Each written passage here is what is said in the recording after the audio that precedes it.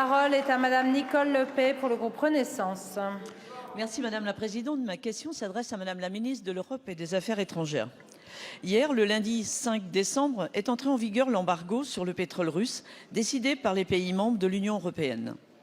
Cette sanction inédite, couplée à la décision des États européens, du G7 et de l'Australie, de plafonner le prix du baril de pétrole russe, doit permettre de porter un coup décisif à l'effort de guerre russe. Cette décision affectera encore plus durement les revenus de la Russie, tout en stabilisant les prix de l'énergie, ce qui profitera à tous les États étant confrontés à des prix du pétrole élevés. Ce plafond trouve le juste équilibre et envoie un signal nécessaire. Il est en effet intolérable que les responsables de ce conflit soient également des profiteurs de guerre. Alors que la semaine dernière, notre majorité a voté d'une seule voix pour une résolution en soutien à l'Ukraine et condamnant l'agression russe, l'application de cette sanction témoigne aussi que nous nous tenons, comme depuis le premier jour, aux côtés de l'Ukraine, dont la souveraineté est bafouée. L'application d'une telle mesure, nous en avons tous conscience, n'est pas sans représenter un défi.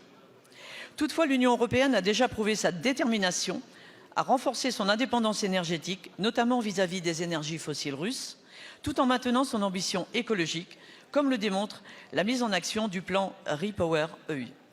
Aussi, Madame la Ministre, comment évaluez-vous l'impact qu'auront ces mesures sur le pouvoir de nuisance de la Russie et quelles autres sanctions peuvent être envisagées en concertation avec nos alliés afin d'empêcher la Russie d'engranger des revenus nécessaires à son effort de guerre? Je vous remercie. Je vous remercie, ma chère collègue. La parole est à Madame Catherine Colonna, ministre de l'Europe et des Affaires étrangères. Merci Madame la Présidente, Mesdames et Messieurs les députés. Madame la députée, merci.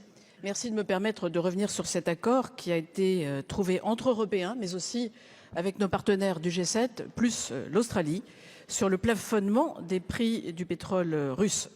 Un plafonnement qui vient compléter l'arsenal de sanctions déjà déployé en réaction à l'agression russe en Ukraine. C'est une mesure utile car elle contribuera à réduire fortement la capacité de la Russie à mener sa guerre, à financer sa guerre, en diminuant les revenus tirés du pétrole.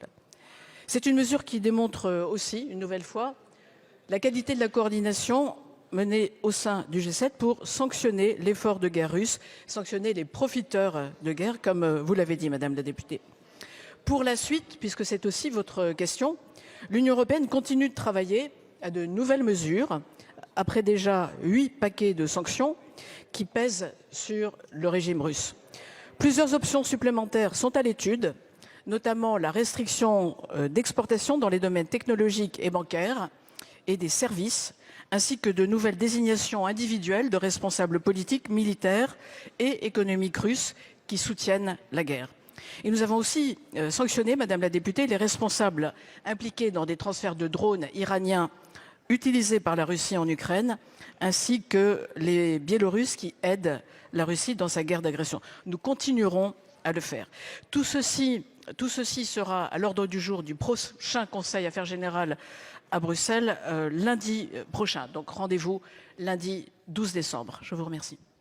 Je vous remercie, Madame.